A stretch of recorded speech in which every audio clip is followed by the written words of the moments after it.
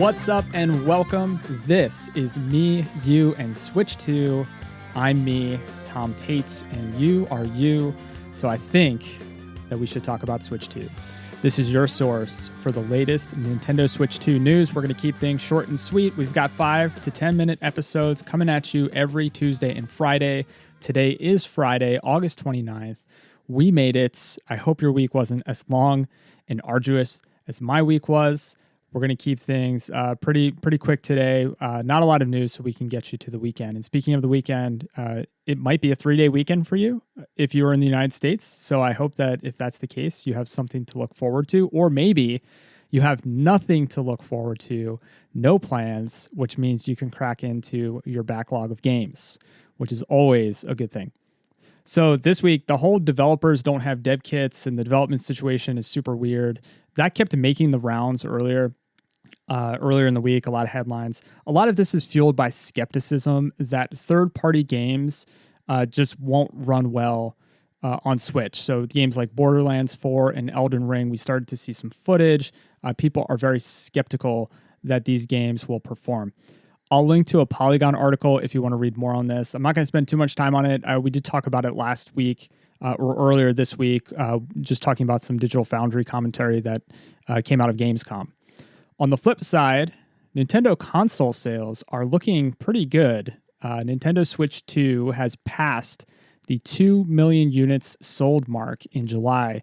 This is coming from analyst Matt Piscatella. Donkey Kong Bonanza also sold well last month, coming in at number 3 across all software sales for the month.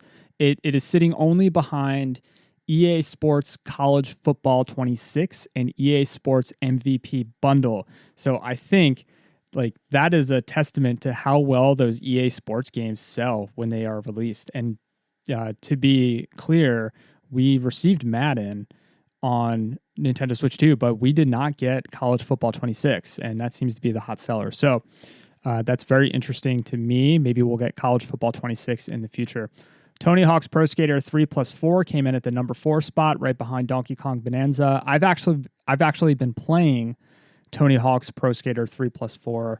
I finished Tony Hawk Pro Skater 3. I've been playing it this week on Xbox Game Pass. So I know, a bit of a traitor. I'm not playing it on Switch 2, but when it's available on Game Pass, there's no reason for me to double dip.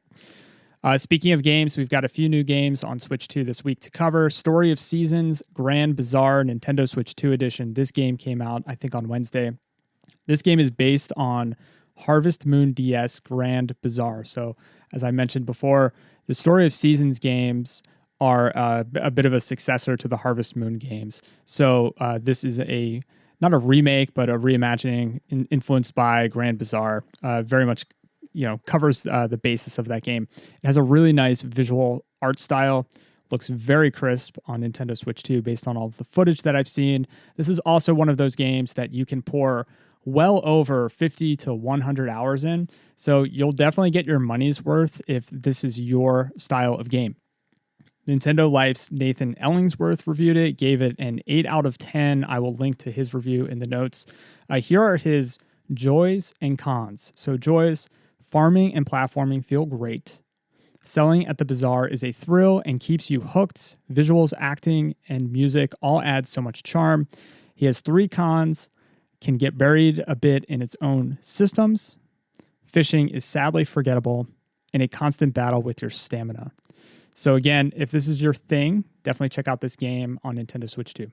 Kirby and the Forgotten Land Nintendo Switch 2 Edition Plus Star-Crossed World released yesterday. We picked up this game yesterday. We picked up the upgrade. It was $20. We already had the physical edition for Switch 1. So if you pop in that game card, it only costs $20 to get the upgrade.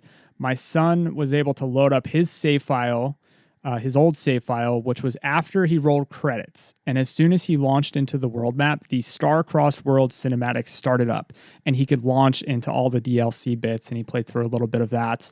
And he had some pretty positive reviews. I didn't watch a lot of it. I watched some of it, but I asked him, hey, I'm recording the podcast. What did you think? And he said, it's a lot of more of the same, but the same is amazing. So he really enjoyed jumping back into the world and having a few extra things to do.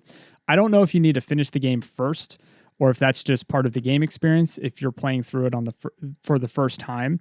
I've yet to play through this game completely myself, so it is on my backlog list. Part of the reason why we upgraded is because I knew that I'd be playing it eventually.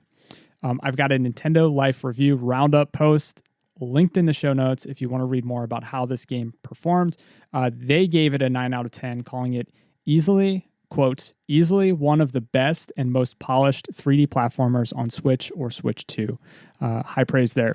I can agree based on what I watched. Very polished experience. The visual upgrade actually does look really, really nice on my TV, and it looked nice on handheld as well.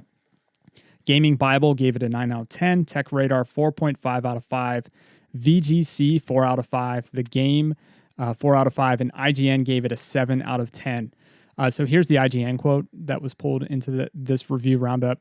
A couple of cool new enemies, funny mouthful mode transformations, and clever ideas put its 12 stages in the top half of the heap overall.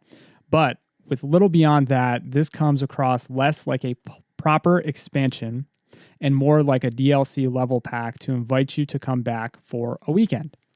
From what I've read, the extra content will land you maybe 4 to 6 hours of gameplay. So the price to value ratio might not be there for you at $20 for the upgrade. At $80 for the full package, which is a lot, in my opinion, $80 is a lot for this full package. You might get 15 to 25 hours total to see it all. So you'll have to weigh how much you enjoyed this type of game if you want to make that purchase. On the eShop, we've got a few new games. There is Arcade Archives 2 Scrambled Egg for $10. High on Life. This game's been out for a while. High on Life Nintendo Switch 2 edition. This is a free upgrade if you have the Switch 1 version. $40 for the full title if you don't. And there's a walking simulator called the Exit 8. I don't know anything about this game. It is on sale. It's brand new for $4.19. After the sale, it'll be $4.99. Next week, it will be September, and we will cover the September release lineup. It's looking pretty good. There's a lot of big titles coming in September, a few that I'm personally excited for. Subscribe to the show so that you don't miss a beat. For now, I hope that you have an amazing weekend. I want to thank you so much for your time and your attention. A kind rating or review goes a long way. Of course, I will read the best reviews on the show. Sharing the show with a friend or Discord community or on Reddit, that goes even further. So word of mouth is amazing. Much appreciated on my side. Switch2pod.com for all the things. If you want to subscribe, check out the links. Much love. Now go play some games.